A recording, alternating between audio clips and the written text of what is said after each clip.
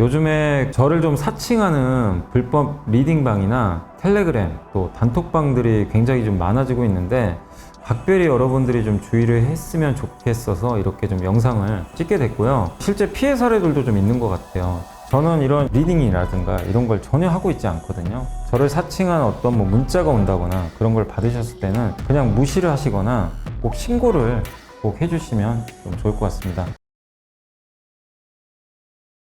안녕하세요. 이베스트 투자증권의 염승환 이사입니다. 계좌를 신규 개설한 고객님께 요약집 주식 상품권 10달러를 드리는 이벤트를 진행합니다. 영상 하단 더 보기란을 통해 많은 참여 바랍니다.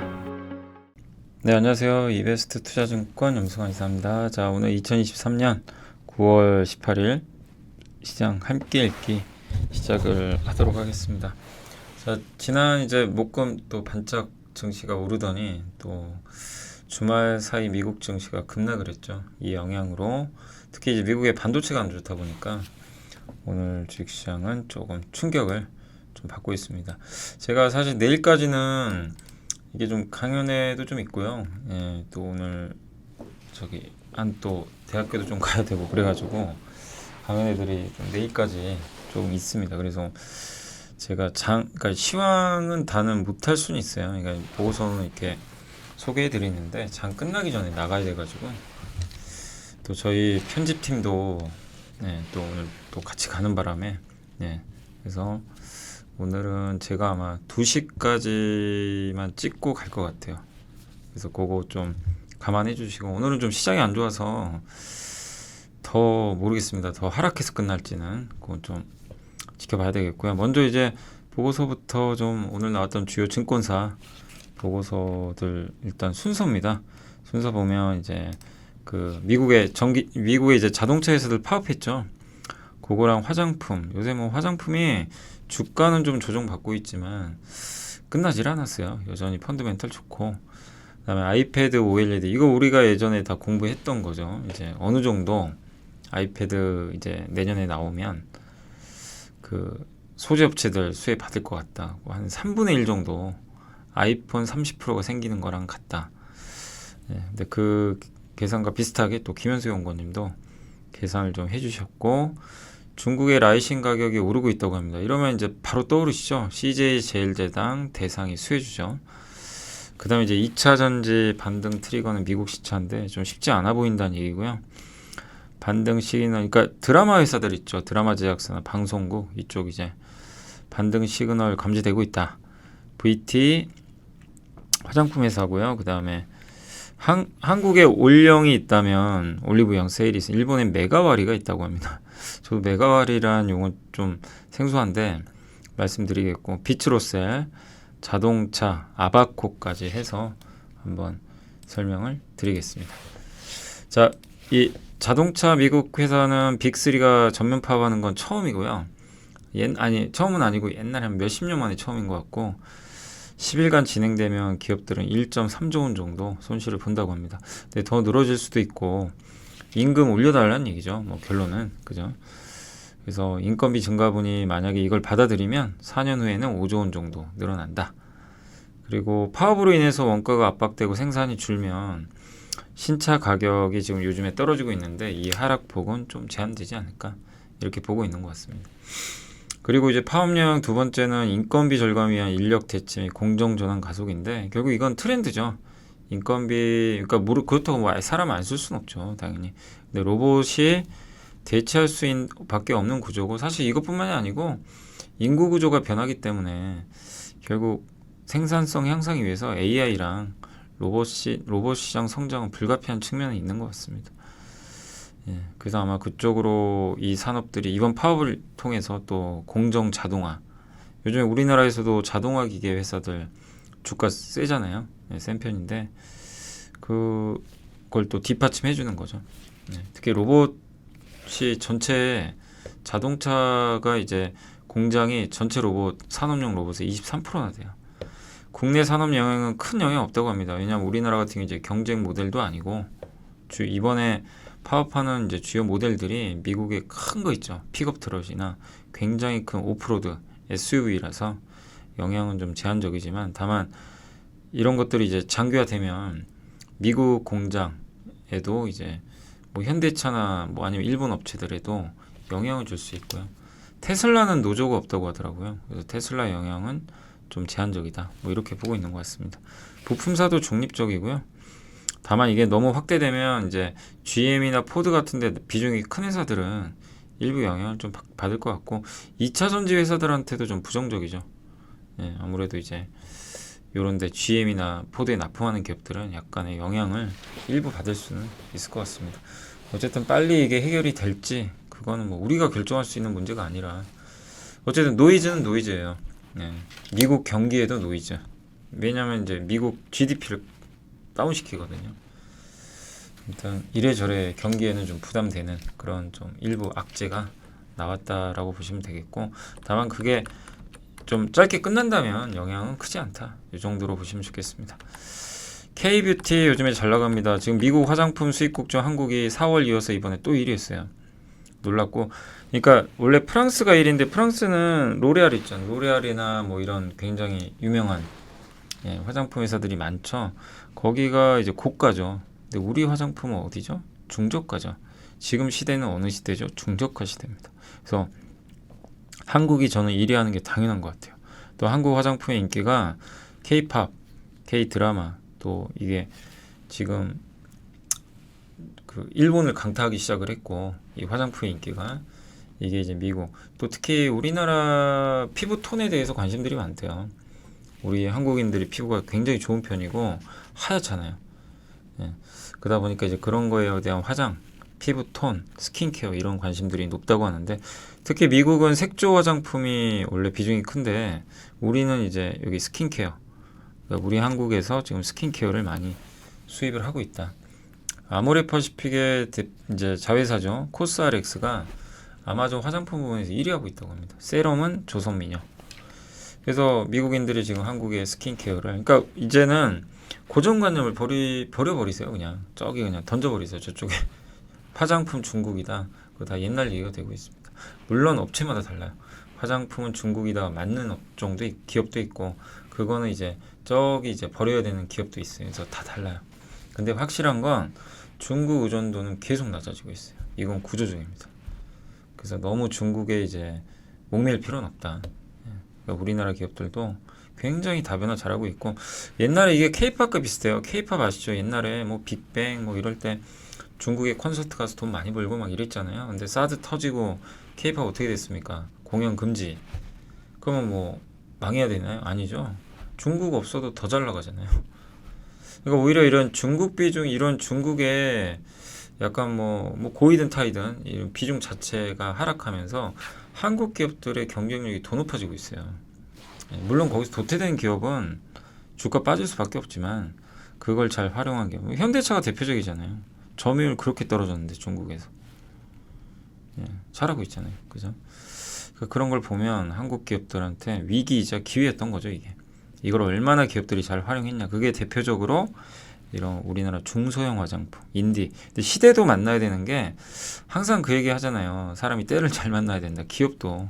근데 그 때라는 게 언제 올지 어떻게 합니까? 그래서 미리 준비하는 거잖아요. 그래서 항상 준비하고 있는 거예요. 주식 투자도 전 똑같다고 생각해요. 기업 경영이나 투자나 때를 기다려야지. 그냥 매일매일 뭐 이렇게 한다고 되는 건 아니죠. 근데 그거를 위해서 매일 준비하는 거죠. 준비를 하신 분과 안 한 분들의 차이는 뭐 정말 엄청나게 벌어지는 거죠. 근데 그 때라는 게 갑자기 찾아오니까 그걸 이제 기다리는 거죠. 근데 이제 이게 지금의 현재 글로벌 트렌드에 딱 맞다 보니까 한국의 인디 브랜드들 성장하고 한국의 ODM 회사들은 이 회사들의 제품 만들어주고 용기 회사들도 용기 만들어서 납품하고 다 이게 지금 잘 되고 있는 거죠. 그래서 미국에서 잘하는 기업에 꼭 미국만 저는 볼 필요 없다고 보고요. 뭐 일본도 있고 골고루 잘하는 기업들도 충분히 매력 있다 이렇게 생각하고 있습니다. 그래서 여기서 이제 실리콘투라는 기업을 설명을 좀 해줬습니다. 잘 되고 있다. 그리고 저희 당사에서는 그때 기억하시겠지만 그 잉그로드랩 기억나시죠? 미국 비중이 절대적으로 높아요. 한번 우리 공부했죠. 그래서 미국 화장품 시장 성장하니까 그런 기업들에 대해서 중장기적으로 공부를 계속 해 나가시면 좋을 것 같습니다. 점유율이 이렇게 올라오고 있고요. 예, 여기 지금 월별 점유율 1위 했습니다. 이게 코스RX 제품인데 1위. 이 마이티 패치는 뭔지 아세요? 이거 공교롭게 다 우리나라 제품 아닌가요? 그죠? 어디서 많이 본 거 기억나시죠? 코스RX. 예. 요게 아모리가 갖고 있는 거고요. 요 마이티 패치 뭐죠? TNL. 예, 여드름 패치. TNL이 만들잖아요. 예. 그러니까 한국 기업들 대단합니다, 정말. 예. 그 다음에 조선민요. 여기는 세럼 부분 18위. 아이패드 OLED 수혜 기업 집중하자 이런 내용인데 이제 내년에 아이패드가 출하가 됩니다. 그래서 거기에 한 프로 모델 출하량 한 750만 대 정도 보더라고. 저는 한 1000만 대 정도 되는 줄 알았는데 750만 대 정도로 지금 가정하고 있고 보수적으로 가정했겠죠. 여기서 끝이 아니고 이제 계속 늘어나겠죠. OLED는 나중에 전 모델로 늘어날 텐데 아이패드가 5천만 대 팔리거든요, 연간. 그럼 앞으로 5천만 대가 다 OLED. 지금 그 아이폰도 그렇게 다 바뀌었잖아요, LCD에서.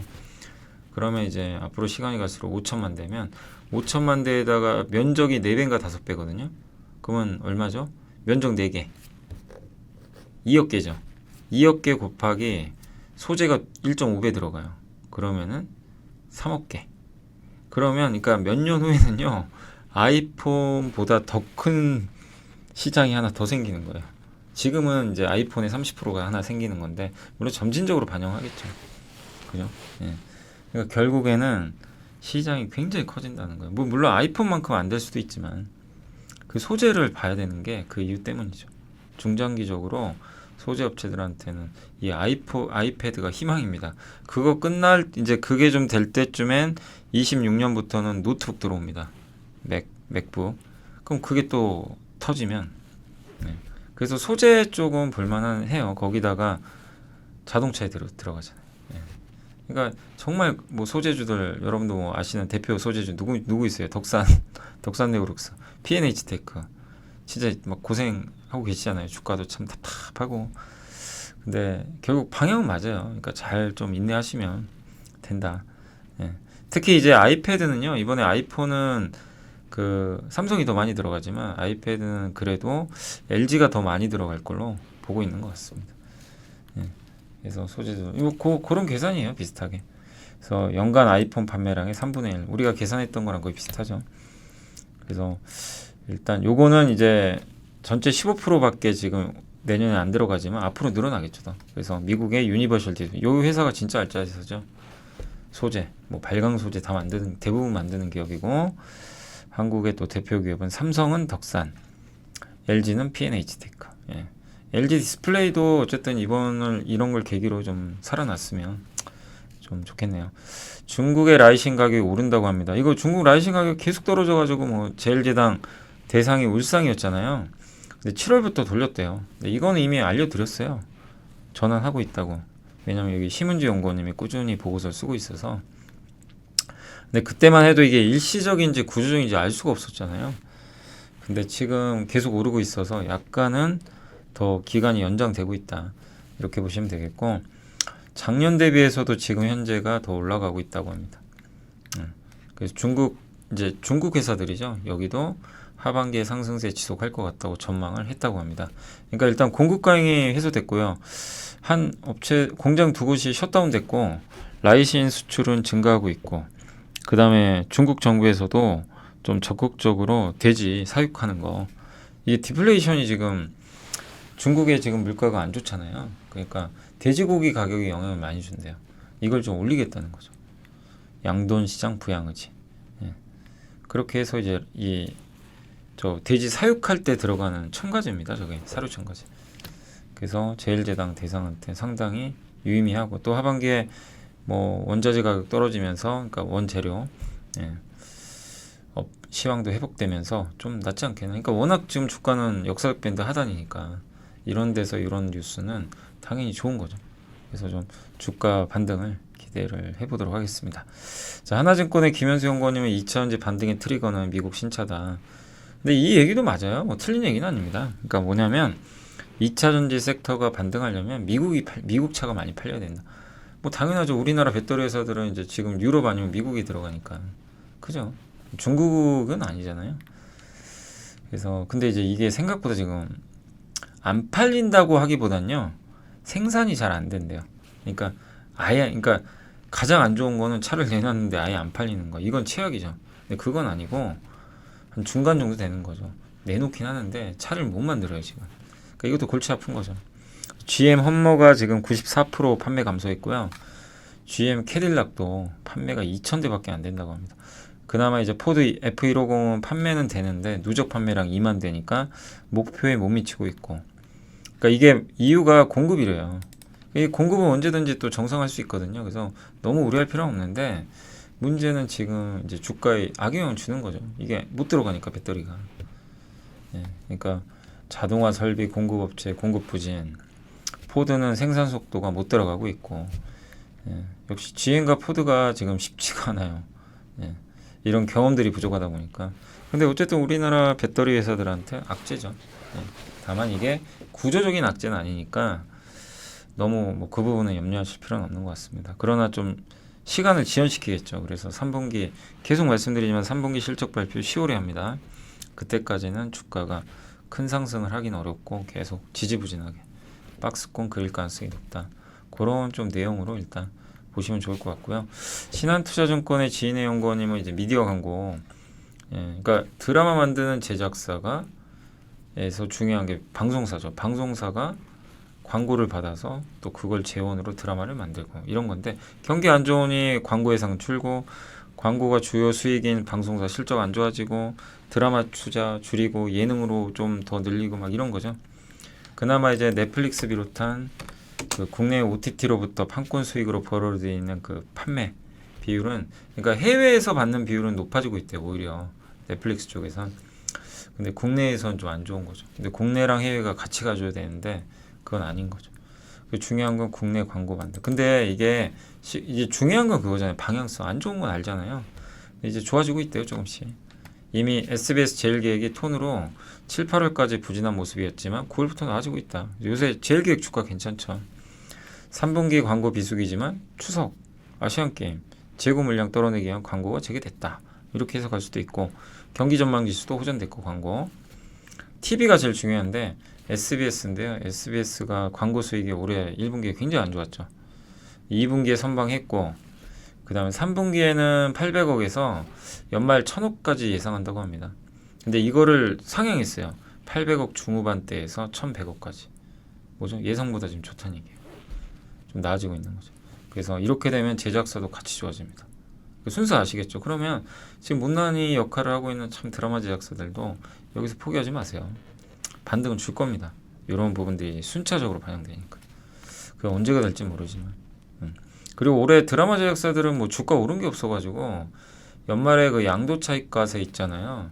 그거 나올 거거든요. 또 막 대주주들 팔겠죠. 당연히 뭐 세금 안 이제 회피하려고. 예. 그러면 이제 물량 나오는데 그거는 수익난 기업에 해당되는 거예요. 손실난 기업은 팔아봐야 상관없어요. 손실 났는데 세금 내지는 않습니다. 양도세는. 그래서 드라마 제작사는 오히려 10월, 11월, 12월에 코스닥에서 올해 많이 오른 기업들 있잖아요. 성과 좋은 거. 그 기업들 빠질 때 오히려 올라가 버릴 수도 있어요. 이건 수급적인 이슈 때문에. 근데 이런 것도 아이디어죠. 생각을 해보는 거죠. 그죠?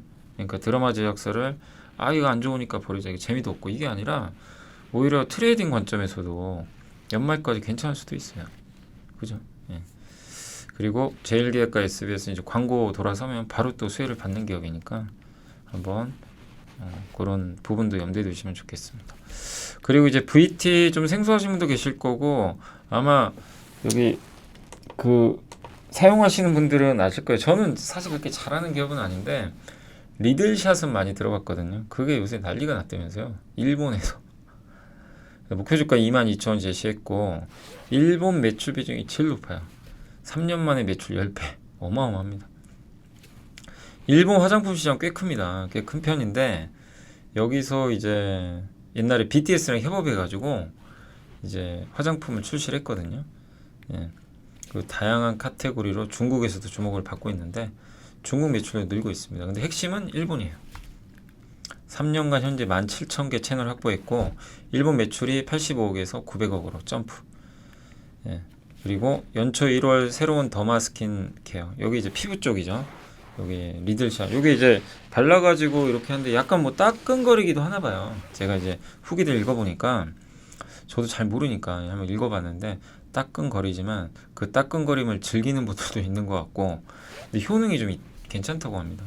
그러니까 쓰시겠죠. 그래서 마이크로 사이즈의 자연 유래 입자성 뭐 시카리드라고 하는데 이게 피부를 자극시켜가지고 그게 아마 따끔거리는 효과가 있나 봐요. 그래서 피부의 유호 성분의 흡수를 개선시켜서 피부 재생을 돕는다. 이런 컨셉이라고 합니다. 그 자연 유래 성분이죠.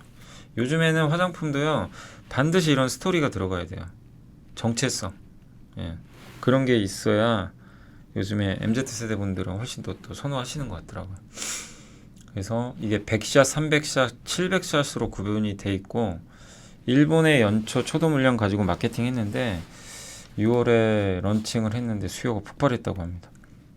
생산 물량 안전 재고를 고민할 정도. 그러니까 지금 재고가 부족한가 봐요.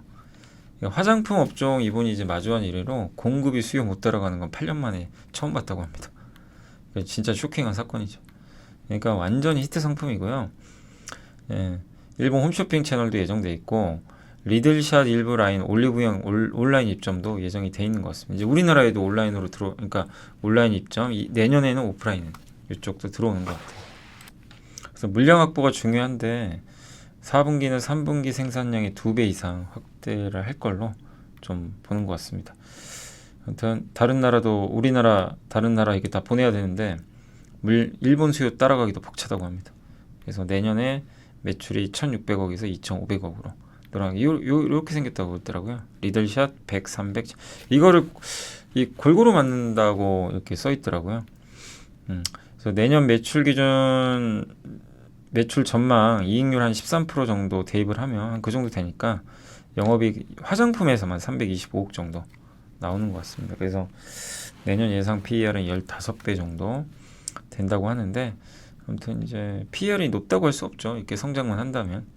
관건은 이 높아진 인기에 따라서 증설을 할 건지, 일본 지역 외에 지금 대응이 어렵다고 하니까 어떻게 할 건지 좀 한번 살펴봐야 되겠습니다.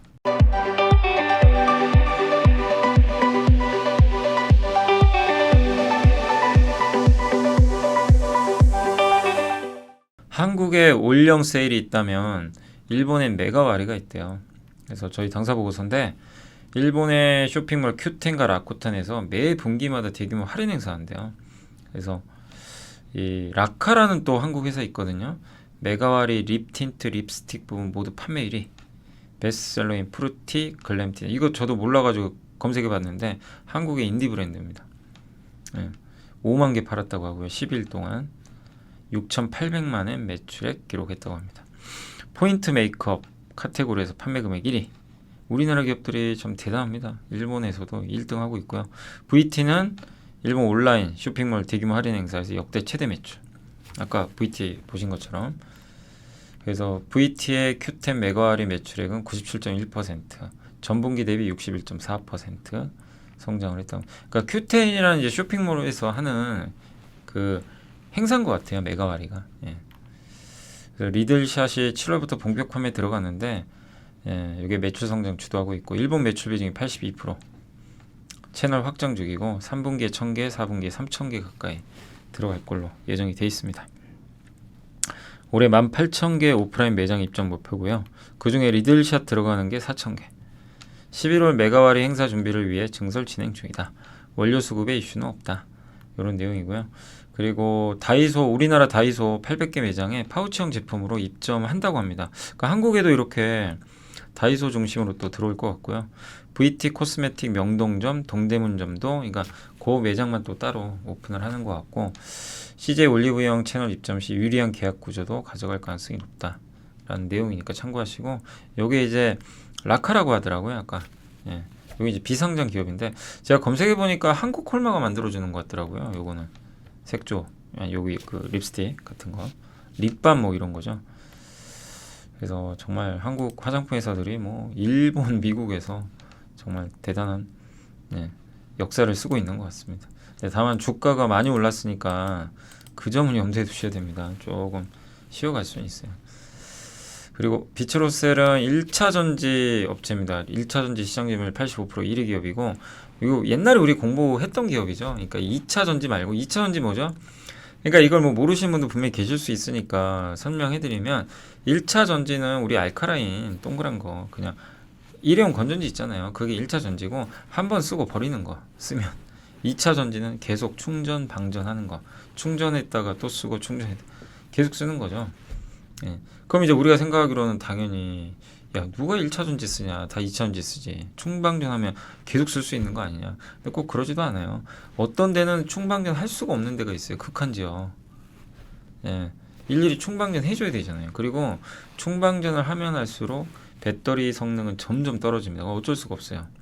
우리가 지난 이제 함께 배우기 시간에 지난주 거 단결정 아시죠? 단결정, 다결정. 특히 대부분 다결정인데, 다결정은 그게 이제 깨지거든요. 그래서 그 안에 전액 들어가서 성능이 점점 충방전 할수록 떨어지는 거죠. 그거 어쩔 수가 없어요. 그래서 100%뭐 이렇게 충전하지 말라고 하는 이유도 뭐 그런 것 때문인데, 예. 근데 또 LFP 배터리는 또 다르다고 하더라고요. LFP 배터리는 되도록 100% 충전해라. NCM은 80%만 해라. 약간 이제 소재에 따라 다르긴 한데, 1차 전지가 그러니까 이제 그런 이유들 때문에 1차 전지에 대해서 아니 뭐 저게 뭐가 필요했지? 이런 분들도 계실 거예요. 근데 아니에요. 1차 전지도 반드시 필요합니다. 어디? 무기 뭐 맨날 충방전 하실 거예요? 안 되잖아요. 예. 무기에 당연히 1차 전지 필요하고, 스마트 그리드 있죠. 원격 검침기 있죠. 밖에 뭐 아파트나 이런 데 보면 우리 뭐 수도, 전기 이런 거 검침한 그거 일일이 충방전 하실 겁니까? 예? 충전하실 거예요? 아니잖아요. 누가 해줄 것도 아니고. 보통 근데 여기 쓰이는 1차 전지는 10년 이상 써요. 10년 이상. 진짜 오래 씁니다. 이게 조금 쓰면 당연히 누가 쓰겠어요. 그래서 10년 이상 써요. 그러니까 1차 전지 쓰는 겁니다. 이런데. 경쟁사들이 있고, 비츠로스는 세계 3위 업체 중에 하나예요. 스마트 그리드 있죠. 아까 그 원격 검침기. 그쪽은 1위입니다. 거기 들어간 1차 전지. 모든 기술 내재화되어 있고, 보빈 타입, 온드 타입으로 나눠지고, 그 다음에 고온 전지, 요 세 개인데, 보빈이 가장 핵심입니다. 이게 그 범용 전지인데, 아까 말씀드린 그 스마트 미터기 있죠. 예, 원격 검침. 그래서 이게 전기 얼마 썼나 이런 거고, 온드 타입은 이제 군용으로 쓰인대요. 그래서 굉장히 이제 큰 제품. 고온 전지가 제일 비싸요. 이게 그 고온을 견딜 수 있는. 그래서 우리 그 셰일가스나 이런 데 있죠. 그 시추할 때 막 땅 파고 원유 시추할 때, 그때 시추할 때 필요하거든요. 저 1차 전지가. 그것도 뭐 일일이 충분하게 살 수가 없으니까 굉장히 단가가 높다고 합니다. 저게 성장을 또 하고 있고, 예전에 한번 화재 사고 나서 공장을 다시 졌는데 지금은 완전 자동화 공장 포함되어 있고, 아무튼 1차 전지는 여기 설명되어 있습니다. 소형화 가능, 높은 전지 전압 경량, 고에너지 밀도, 넓은 사용 온도. 그러니까 이게 2차 전지면 얼마나 완벽하겠어요. 근데 2차 전지는 저럴 수가 없어요. 1차 전지니까 저게 가능한 겁니다. 네, 대신에 수명이 길어요. 그래서 21년부터 28년까지 연평균 5.3%. 종류는 이렇게 세 가지인데 주로 쓰는 게 요거 리튬 염화 티오닐 전지, 리튬 망간 전지, 요걸 많이 쓰고, 전체 80%. 한국의 비츠로셀은 글로벌 3위. 예. 그리고 미국, 유럽이 이제 전력망 스마트 그리드로 전환하니까 그런 부분에 수혜가 예상되고, 스마트 그리드는 이제 전력망과 연결되어 있기 때문에 미국의 전력망 교체 수혜주예요. 어떻게 보면. 예, 많이 이제 알려지진 않았지만 비츠로셀은 그런 면에서 매력이 있습니다. 지능형 검침 인프라 유망하고요. 그 다음에 글로벌 스마트 미터 설치율이 37%라 아직도 더 침투율은 높아질 수 있을 것 같습니다. 또 석유, 가스 파이프 시추형 계측기에 들어간 아까 고온전지, 이것도 가파르게 성장하고 있다. 네. 러시아 전쟁 이후로 우크라이나 국내 방산업체향 전지 수주 증가세로 실적 모멘텀 지속될 것 같다. 이런 내용입니다. 그리고 보빈 62%, 고온 전지가 21%로 이 두 개가 매출 성장이 급격히 늘어나고 있어요. 그리고 캐나다 전지 업체 스타트업 하나 인수해가지고요, 실리콘 음극재, 양극재, 그 CNT, 예, 탄소 나노티브 도전대도 개발을 하고 있다고 합니다. 이건 이제 언제 성과가 날지 모르지만 약간 이제 포트폴리오 다변화 차원에서 예, 투자를 한 것 같고요. 올해 504억 벌 것 같고 영업이익 증가율이 무려 74%. 근데 4분기는 조금 주의는 하래요. 왜냐하면 4분기는 항상 충당금을 반영해서 조금 그런 부분들은 염두에 두시고, 또 위상한 전환사채 118만 주가 남아 있어서 물량 부담은 있습니다. 그래서 이런 부분들 때문에 주가 흔들린다. 이제 그럴 때를 담아가시면. 근데 이런 것들은 중장기 성장에 큰 영향을 줄 수 있는 요소는 아니에요. 오히려 저런 것 때문에 빠진 다음에 기회가 되겠죠. 네. 그래서 올라갈 땐 조심하시고 주로 들어가는 게 요런 데면 요거예요. 여기 비츠로스 이렇게 굉장히 크죠. 1차 전지. 요게 고온 전지. 되게 다양하죠. 그래서 주로 스마트 그리드 쪽에 많이 쓰이는데 뭐 앞으로는 조금 스마트 그리드가 좀 줄면서 다른 쪽으로 늘 것 같고요. 리튬 1차 전지는 수명이 저장 기간이 10년, 2차 전지는 6개월밖에 안 되죠. 2차 전지는 이제 점점 방전하잖아요. 안 써도 날라가죠 이게 저장해 놓은 게. 그리고 다시 또 충전해 줘야 돼요. 에너지 밀도 뭐 압도적입니다. 사용 가능은. 그러니까 꿈의 소재인데 단점은 충전이 안 된다는 거. 그런 한계가 있죠. 그 성장률이고요. 그 다음에 스마트 그리드랑 이제 비교한 거죠. 기존의 전략망 하고 이렇게 비교한 거니까 당연히 스마트 그리드 쪽으로 가겠죠. 참고하시면 되겠고, 이게 비츠로셀 예전에 화재 사고도 막 나서 좀 안 좋았는데 그 후로 작년 2분기 기죠. 제가 작년에 이제 봤던 이유가 실적이 좋더라고요. 이제 그러면서 꾸준하게 중간중간 부침은 있었지만 좋은 분위기 이어지고 있는 것 같습니다. 이제 계산을 좀 해보니까 19,000원 정도가 허리 정도 돼요. 밸류에이션. 그리고 무릎은 17,000원. 그러니까 뭐 그런 구간대에선 혹시라도 내려온다면 기회가 되겠죠. 네. 자, 그리고 이제 자동차는 이거는 많은 걸 생각하게 하는 보고서입니다. 한번 읽어보시면 일단 현대 기아는 정말 쌉니다. 누구도 부인할 수 없을 정도로 너무 싸고 배당 수익률 6%나 되고요. 배당만으로도 충분히 투자 매력은 있죠. 왜 이렇게 안 가냐 이거죠. 주가가. 그러니까 지금 주가는 앞으로 이익이 20% 하락할 걸 예정하고 있어요. 그것까지 선반영하고 있습니다. 지금 우선주는 배당 수익률 10% 넘는다고 하고 있고, 왜 할인할까? 일단 일본 기업들의 반격, 인센티브가 올라갔어요. 이제 딜러들한테 주는 거죠. 뭐 아니면 보조금, 자동차 회사가 직접 주는 거죠. 그리고 전기차 잘 안 팔리는 거, 이런 부분들에 대한 우려. 이건데 어쨌든 이 인센티브가 올라간 건 맞아요. 보세요. 근데 여전히 정상적인 수준에는 밑에 있어요. 건강한 수준이 9%인데 지금 현대가 한 5, 기아가 한 3 정도 되는 거죠. 그러니까 이제 높다고 할 수는 없어요 아직까지. 근데 이제 이마저도 이렇게 인센티브 올라간 게 내연기관 말고 그 전기차 보조금 못 받잖아요. 그래서 전기차 아이오닉이나 이런 거 살 때 고객들한테 보조금 줍니다. 그냥 현대가 대신 줘요, 싸게. 안 그러면 안 팔리니까. 이거 어쩔 수가 없죠, 못 받으니까. 그래서 이 부분에 대해서는 너무 우려할 필요는 없는 것 같고요. 그리고 현대차 그룹이 지금 2026년도에 120만 대, 현대가, 기아가 100만 대 판매 목표고, 현대차가 지금 누적 판매 대수가 17.7%로 뭐 괜찮은데, 기아는 라인업이 하나여가지고 누적 판매 대수가 6.8% 감소했고, EV9이 나왔는데 이건 또 굉장히 비싼 차예요. 요즘에 저가 전기차가 이제 대세인데 이제 트렌드로 갈 텐데, 기아 EV9은 정반대죠. 완전 고가차입니다. 그러니까 이게 판매량에 크게 영향을 주긴 좀 어려울 수도 있고요. 이 고가 라인업이라 보니까. 그래서 일단 기대에는 못 미치는 거죠.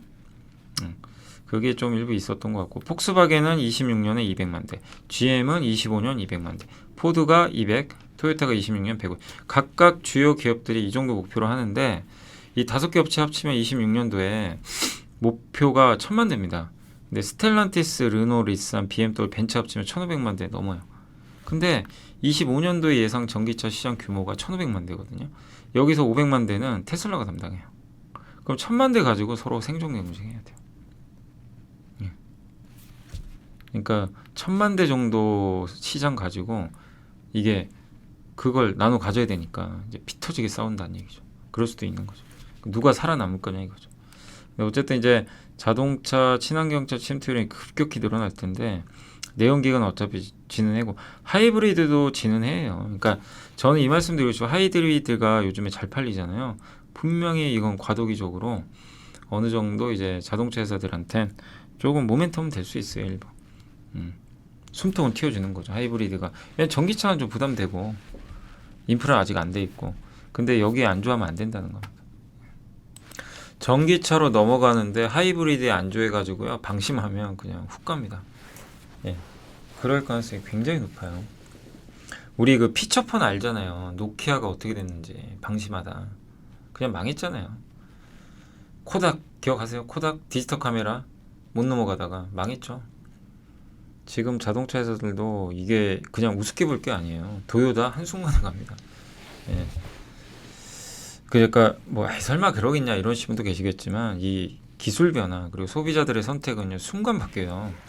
그래서 그 방향으로 잡히면 그냥 글로 가버립니다. 옛날로 못 들어가요. 그래서 지금은 시장은 진짜 생존 게임에 들어갔어요. 자동차 회사들은 앞으로 2, 3년이 정말 생존 싸움입니다. 근데 거기서 테슬라는 이미 승기 잡아버렸죠. 그리고 이제 전기차 회사들 재고가 103일이라고 하는데 미국 자동차 재고 33일이니까 3배나 높고 테슬라 2분기 글로벌 재고 일수가 16일. 테슬라는 좀 높아지긴 했어도 낮죠 여전히. 그리고 판매가 늘어나고 있어요. 재고 일수라는 건 이제 그 이 생산량이 그러니까 재고량이죠. 이 재고를 나눈 거죠. 그 일일 판매량으로. 예. 그래서 일일 판매량이 이렇게 뭐 늘어난다라면 그 부분은 재고가 좀 더 쌓이더라도 크게 문제될 건 없죠. 근데 판매가 안 된다면 그건 좀 문제가 있는 거죠. 그죠? 예. 그래서 테슬라의 재고 증가는 판매 대수가 증가하면서 그런 거라서 나쁘진 않다고 합니다. 예. 그 테슬라 계속 가격 인하하고 있고요. 그리고 테슬라가 연간 200만 대 정도 생산할 수 있거든요. 예. 네, 재고 일수가 지금 가장 낮은 회사가 쉐보레 볼트라고 합니다. 그 GM 볼트 있죠? 요게 전기차 재고 일수가 제일 낮대. 그럼 좋은 거잖아요. 재고 얼마 없네? 잘 팔리나? 그게 아니에요. 예, 여기 재고 일수 계산식 나왔잖아요. 재고를 일일 평균 판매량 나왔. 그러니까 이 판매량이 이게 높을수록 이게 높으면 일일 평균 판매량 분모가 높으면 저 값이 낮아지잖아요. 근데 이 회사는 저게 재고 일수가 낮은 이유가 저 어떻게 보면은 이 평균 판매량이 굉장히 낮다고 합니다. 예. 그러니까 판매 대수 증가 없이 예. 요것도 낮은데 재고는 더 낮대요. 그러니까 무슨 얘기냐면 재고 있죠. 아예 생산을 많이 안 해요. 예. 생산을 많이 했는데도 안 팔리면 그게 이제 재고 일수 늘어나면서 부담이 될 텐데 쉐보레 볼트는 이 생산 자체도 적게 한다고 합니다. 그러니까 근데 판매량은 반토막 났어요. 판매량은 반토막 났는데 생산도 적게 한다. 이게 좋은 건가요? 좋은 건 아니죠. 예. 오히려 예, 이렇게 많이 팔리는데 워낙 많이 생산해서 재고 일수가 늘어나면 그게 더 낫다는 거예요. 차라리. 그러니까 판매가 더 중요하다는 겁니다. 그리고 미국 자동차 재고고 전기차 재고가 이렇게 높고요. 테슬라 좀 올라옵니다. 현대차 그룹의 아이오닉 5와 EV6 여기 기아에 요거 재고 일수는 각각 40일에서 한 52일 정도. 그러니까 평균치보다 높죠. 이 전기차가. 높은데 근데 판매량은 괜찮아요. 일일 평균 판매 이렇게 올라옵니다. 그러니까 이런 상태로 인해서 재고 일수가 올라가는 거기 때문에 너무 우려할 필요는 없다. 그런 내용이에요. 그 부분에 대해서. 그러니까 재고가 많은 건 사실이지만 어느 정도 판매가 되고 있다는 거죠. 그러니까 예, 판매까지 안 되면 이제 문제가 있는 거죠. 미국 전기차 시장 절대 판매량 40% 이상 유지되고 있고 침투율도 높아지고 있고 그래서 판매가 괜찮은 브랜드가 재고일 수 높다고 너무 우려하지 말자. 근데 왜 이렇게 전기차 수요 그러면 그동안 과대평가했냐. 옛날에 보조금도 지급하고 막 이제 정부가 밀어붙였는데 23년부터 중국 보조금 안 주죠. 독일, 유럽 전기차 보조금 상한선 하향 조정해버렸죠. 예. 다양한 전기차 나올 줄 알았더니 그것도 내년으로 미뤄져 버렸어요. 전기차 라인업도 많지가 않고 중국 빼고 지금 상반기에 전기차 많이 판 거 20개 중에 11개가 2만 달러 이하. 그거 대부분 다 중국 찬 거 아시죠? LFP 달지 않으면 저거 만들 수가 없어요. NCM 배터리로는 답이 안 나옵니다. 저가차는. 그래서 이게 나눠지는 거예요. 급이. 저가차는 LFP, 중저가 이상은 이제 중고가는 NCM으로 가는 거죠. 우리 뭐 차들도 다 이게 급이 나눠져 있잖아요.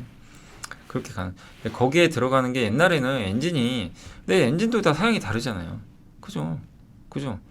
V6 엔진 뭐 있을 거고. 예, 그런 것처럼 이제 엔진이 배터리니까 어떻게 보면 그 급을 좀 나눈 거죠. 그렇게 해서 공존할 수밖에 없어요, 둘이. 우리나라 기업들 제가 이제 주말에 기사 읽어보니까 LFP가 좀 쉽지 않아요. 한국 회사들이 하긴. 중국의 원가 경쟁에 따라가기가 굉장히 어렵습니다.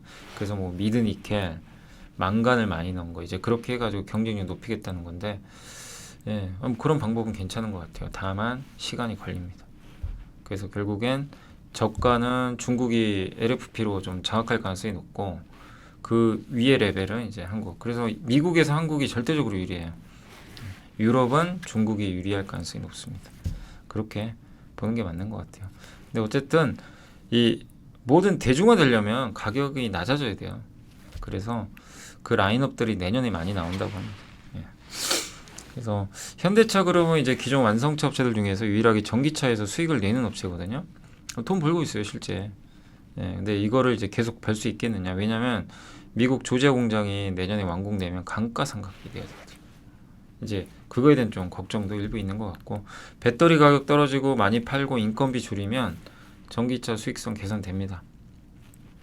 지금 기아의 이번에 레이 전기차에는 CATL에 LFP가 들어간 걸로 나와 있죠. 그래서 가격을 아마 다운시켜서 판매를 하는 것 같고 수익성 해선폭은 생각보다 좀 좋을 것 같아요. 일단 배터리가 싸니까요. 그리고 이제 내년 하반기부터 공장 가동하는데 그러면 고정비 증가하니까 반드시 매출 늘어야 돼요. 예. 근데 물량 증가는 당연히 늘어나겠죠. 내년엔 또 인센티브 받으니까 예, 그 정도 우호적이고 예. 그래서 너무 이것도 뭐 우려할 필요는 없지 않나. 근데 가봐야 알죠 뭐 내년에 어떻게 될지는. 예. 그러니까 지금 이 자동차 회사들이 정말 힘들 수밖에 없는 게 그러니까 이런 거예요. 테슬라 빼고 우리도 그 생각하잖아요. 야 저렇게 돈 잘 버는데 퍼 3배? 이게 말이 돼? 이 생각을 하는데 주가 안 갑니다. 왜? 뭔가 변곡점이거든요. 지금 버는 돈에 안 좋아도 훅 간다는 얘기예요. 그리고 전기차로 넘어갔을 때 비용 부담도 클 거고 과연 버틸 수 있겠느냐. 예. 거기서 얼마나 소비자들의 선택을 받을 거냐. 예. 이런 것들. 그리고 전기차는 기본적으로 이제 많이 팔려면 싼 걸 팔아야 되거든요. 그럼 수익성 떨어지죠. 지금 완성차 내연기관차 비싸게 팔잖아요. 예. 근데 그거를 싸게 전기차로 팔면 수익성 악화. 그 참 어려운 거죠. 이거를 지금 그러니까 테슬라도 가격 계속 떨어뜨리잖아요. 싸게 팔려고 대중화시키려. 테슬라는 버티는데 나머지 업체도 어떻게 할 거냐 이거죠. 그러니까 이거에 대해서 막 계속 지금 장난이 아닌 거죠. 예. 자, 자동차 산업의 세 가지 변화입니다. 에너지 전환, 커넥티드카, 자율주행. 이 셋 중에 하나라도 부족하면 정말 망할 수도 있습니다. 그래서 일본 차는 저 개인적으로도 굉장히 위험해 보이고요. 왜냐하면 대응을 지금 못하고 있는 것 같아서 할 수도 있지만 저 셋 중에 제대로 대응하고 있는 게 없어요. 일본 차들은 지금. 혼다는 전기차도 없잖아요, 지금. 뭐 도요타는 그때 뭐좀 밑에 바퀴가 빠져가지고 한번 난리가 났었죠. 그래서 현재 테슬라가 제일 앞서가고 두 번째가 중국이고요. 세 번째 그룹이 현대차, 폭스바겐, 네 번째가 GM 포드, 다섯 번째가 저기 일본 이쪽 스텔란티스. 그 현대차는 중간 정도 하는데 빨리 쫓아가야죠. 그다음 소프트웨어 이것도 잘하고 있어요. 이미 테슬라는 했고 현대차 내년부터 내연기관 포함해서 모든 차에 다 SDV, 그러니까 무선 업데이트 기능 제공하겠다. 이렇게 밝혔고 현대차, 현대모비스, 현대오토에버 이런 기업들이 참여를 해서 담당을 합니다. 그래서 인포테인먼트 담당하는 OS는 현대오토에버가 하고 있고 내비게이션 중심, 부품 통합하는 거 이것도 역시 현대오토에버. 현대오토에버가 그래서 많이 간 거예요. 소프트웨어로 가야 되니까. 예, 여기에 모빌진 AD 적용하고 있고 이런 것들을 다 중간에서 통합한다고 합니다. 그리고 현대모비스가 이제 그 제어기 내 게이트웨이 같은 거를 담당한다고 하는데 세 번째는 이제 SDV의 끝은 자율주행이죠. 그래서 요거는 국내는 포티투다, 해외는 모셔널과 함께 하는데 예, 텐스 토렌트란 기업에 한번 주목하시면 좋을 것 같아요. 저도 이 내용까지는 잘 몰랐는데 삼성전자, 현대차가 여기에 각각 5천만 달러씩 투자했어요. 5천만 달러면 600억 되죠. 왜 했을까? 갑자기 이 회사 텐스 토렌트가 뭐길래 CPU랑 AI 인공지능용 이제 반도체 칩을 만든다고 이렇게 돼 있는데 텐스 토렌트의 여기 CTO 기술 책임자가 짐 켈러라는 사람이에요. 예. 그러니까 저도 이제 이거 짐 켈러 딱 두고 그때 기사에서 한번 봤거든요. 테슬라 자율주행 칩 있죠. 그거 내재한 사람입니다. 그래서 이 사람이 실제로 그거 담당해서 성능이 엄청 좋아졌어요. 이 사람이 설립한 회사가 텐스 토렌트인데 이 회사에 투자해버렸어요. 그러니까 저는 굉장히 잘했다고 생각해요. 예. 결국 인재가 중요한데 저런 사람이 설립한 회사에 그러니까 현대가 좀 부족한 게 저런 거잖아요. 저거를 이제 가져올 수 있는 거죠. 예.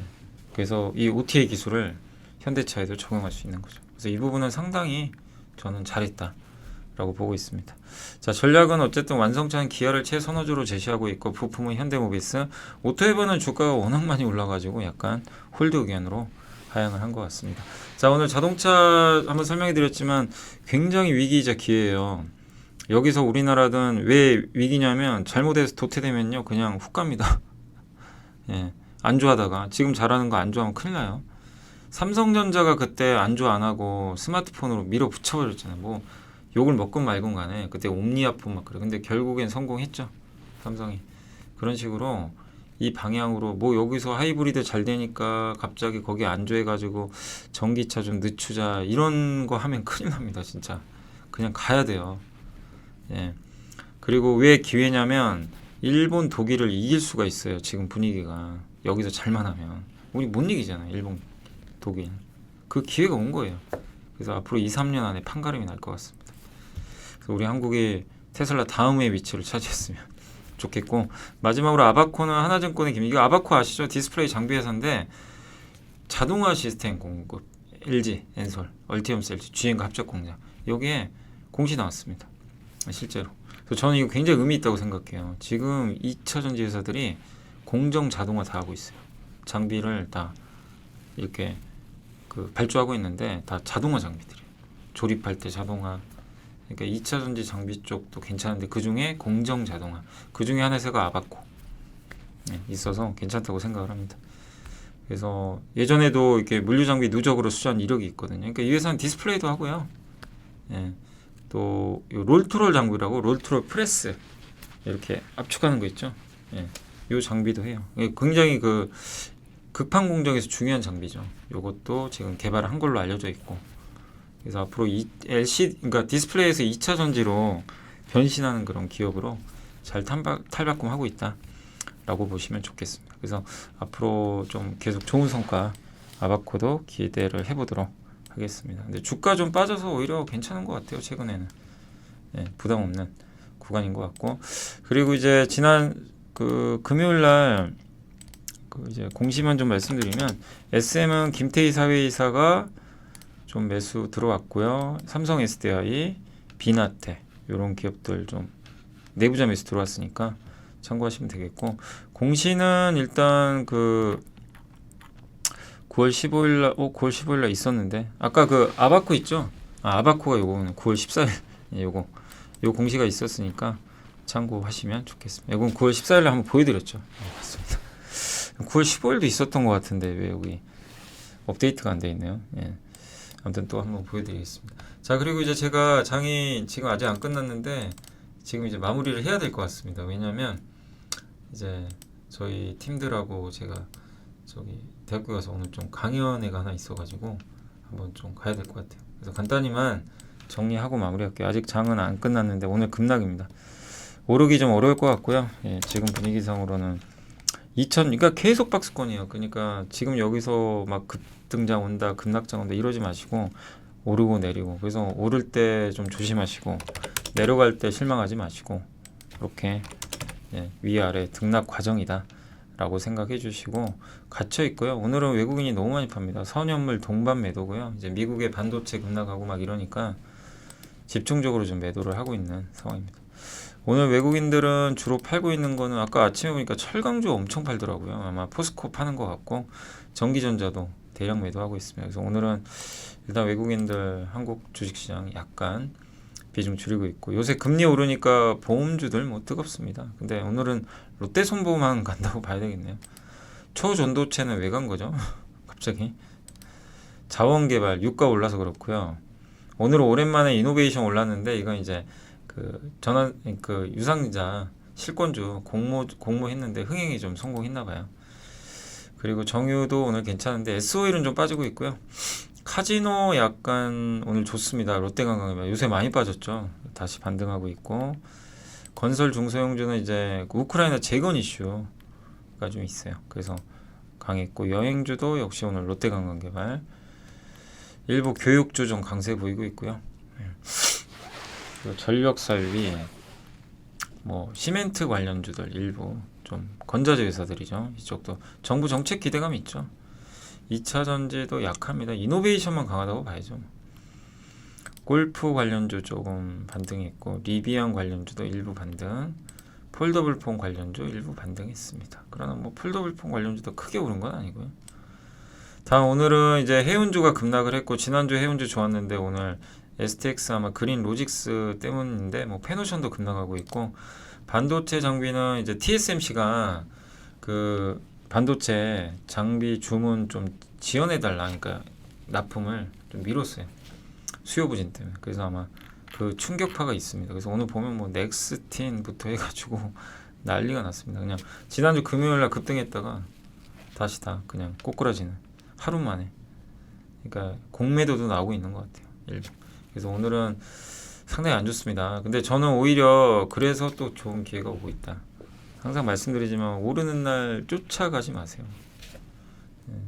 반도체 맨날 이래요.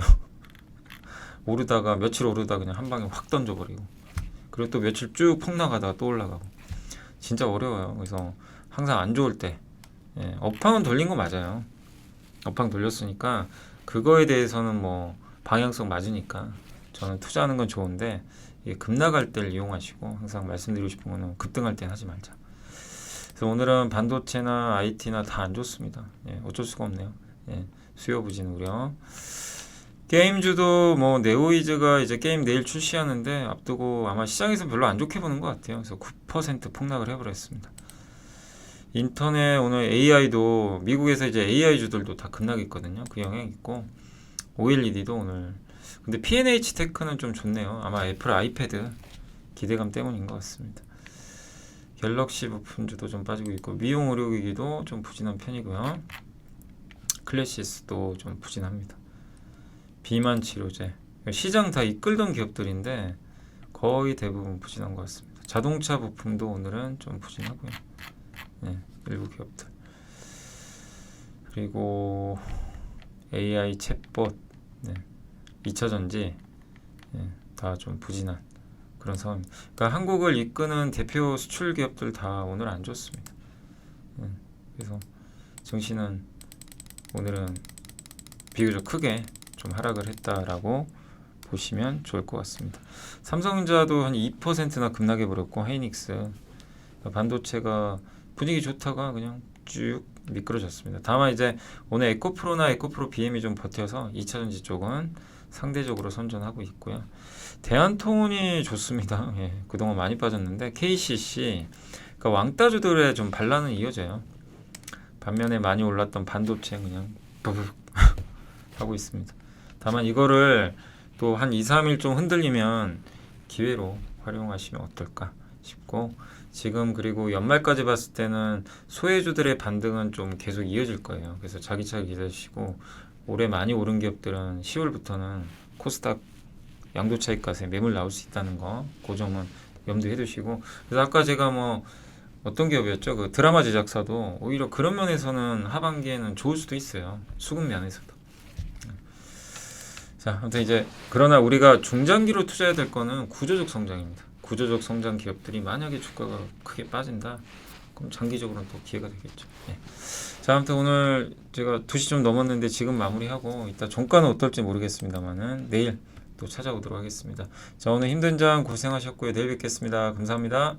안녕하세요. 이베스트 투자증권의 염승환 이사입니다. 계좌를 신규 개설한 고객님께 요약집 주식 상품권 $10를 드리는 이벤트를 진행합니다. 영상 하단 더 보기란을 통해 많은 참여 바랍니다.